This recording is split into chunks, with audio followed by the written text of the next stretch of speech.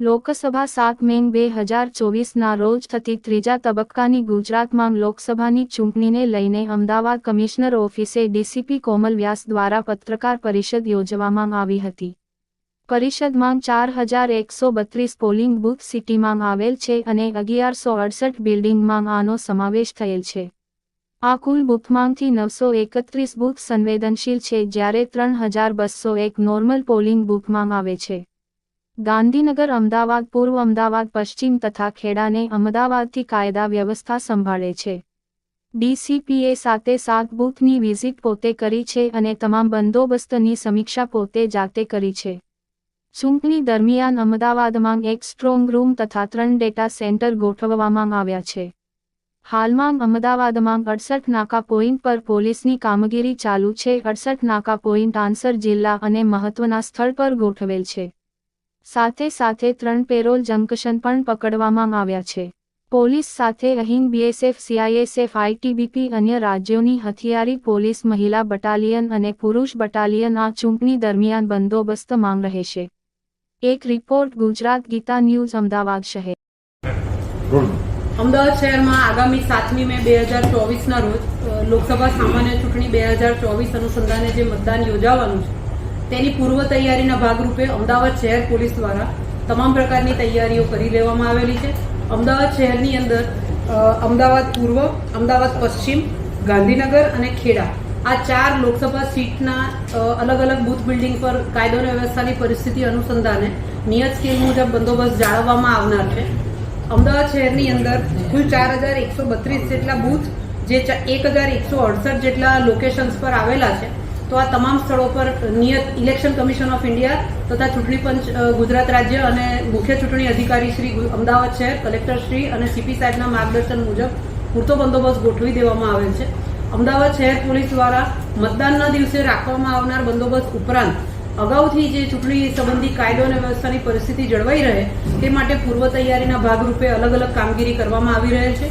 અમદાવાદ શહેર પોલીસના જવાનો ઉપરાંત અમદાવાદ શહેરને ફાળવવામાં આવેલ અર્ધલશ્કરી દળો જે સીએપીએફ કહેવાય છે એના જવાનોને સાથે રાખી અને કોન્ફિડન્સ બિલ્ડિંગ મેજર્સના ભાગરૂપે અલગ અલગ વિસ્તારો જેમાં તમામ લોકસભા જે સીટો છે એના વિસ્તારોને આવરી લેવામાં આવ્યા છે. ત્યાં ફૂટ પેટ્રોલિંગ કરવામાં આવી રહ્યું છે. તે સાથે અમદાવાદ શહેર પોલીસ દ્વારા તમામ જે નાસ્તા ફરતા આરોપીઓ હતા, જાણીતા ગુનેગારો છે, એ તમામ વિરુદ્ધ પણ કાર્યવાહી કરવામાં આવેલી છે. નોન બેરેબલ વોરંટ્સની બજવણીનું કામગીરી ચાલુમાં છે.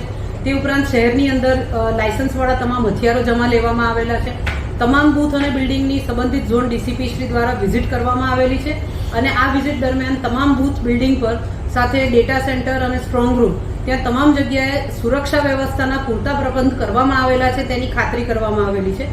પોલીસ કમિશનર શ્રી અમદાવાદ શહેર દ્વારા પણ આ તમામ સ્થળોની વધુમાં વધુ મુલાકાતો થાય તેવો આગ્રહ રાખવામાં આવેલો. તે રીતે અમદાવાદ શહેર પોલીસ દ્વારા ચૂંટણી સંબંધી તમામ કામગીરી પૂર્વ તૈયારીના ભાગરૂપે સંપૂર્ણ કરવામાં આવેલ છે. સાથે નાગરિકો વધુ ને વધુ પ્રમાણમાં મતદાન કરે અને પોતાના મતાધિકારનો મુક્ત અને ન્યાયી વાતાવરણમાં ઉપયોગ કરે તે માટે શહેર પોલીસના જે સી ટીમ્સ કાર્યરત છે આ સી ટીમ્સ દ્વારા શહેરના અલગ અલગ વિસ્તારોમાં, બાગ બગીચાઓમાં, સોસાયટીઓમાં, અન્ય જાહેર સ્થળો જ્યાં મોટા પ્રમાણમાં જે ગાર્ડન્સ વગેરે હોય છે ત્યાં મોર્નિંગ વોક માટે નાગરિકો મોટી સંખ્યામાં ઉપસ્થિત થતા હોય છે. તો આવા તમામ સ્થળોએ જઈને નાગરિકો વધુ પ્રમાણમાં મતદાન કરે અને તે દિવસે પોતાના મતાધિકારનો યોગ્ય ઉપયોગ કરે તે માટે સતત જાગૃતિ લાવવાના પ્રયત્નો કરવામાં આવી રહેલ છે.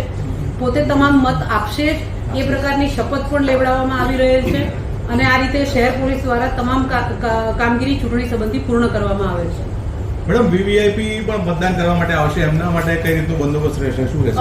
અમદાવાદ શહેરમાં જેમ સૌ જાણે છે એમ માનનીય વડાપ્રધાન શ્રી પણ અમદાવાદ શહેરમાં મતદાન કરે છે.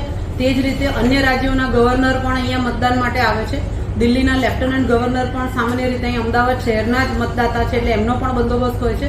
એ સાથે અન્ય મહાનુભાવો જે અલગ અલગ પ્રોટેક્શન ધરાવતા હોય છે તમામની જ્યારે વોટિંગ કરવાનું હોય ત્યારે નિયત સ્કેલ મુજબ અમદાવાદ શહેર પોલીસ દ્વારા તમામની સુરક્ષા વ્યવસ્થા સુનિશ્ચિત કરવામાં આવનાર છે. અમદાવાદ શહેર પોલીસના કંટ્રોલ રૂમની વાત કરીએ તો કેટલા કંટ્રોલ રૂમ રહેશે એ દિવસે, કઈ રીતે કંટ્રોલ રૂમ કામ કરશે? શહેર પોલીસનો જે પોતાનો કંટ્રોલ રૂમ છે તે તો ચાલુ છે. એ સિવાય મુખ્ય ચૂંટણી અધિકારી શ્રીના નિયંત્રણ હેઠળ અલગ અલગ સ્થળે કલેક્ટર સાહેબની સૂચના મુજબના પણ કંટ્રોલ રૂમ ગોઠવવામાં આવેલ છે અને ત્યાં પોલીસની જે કંઈ મદદ આપવાની હોય છે તે અમદાવાદ શહેર પોલીસ દ્વારા કામગીરી કરવામાં આવે છે. કેટલી કંપનીઓ કઈ પોલીસની સાથે કઈ કઈ કંપનીઓ બંદોબસ્તમાં? અર્ધલશ્કરી દળોની જે કંપનીઓ અમદાવાદ શહેરને ફાળવવામાં આવેલ છે તે અલગ અલગ કંપનીઓ છે. સેન્ટ્રલ પેરામિલિટરી ફોર્સિસ ઉપરાંત અન્ય રાજ્યોની રિઝર્વ પોલીસ પણ અત્રે ફાળવવામાં આવેલ છે.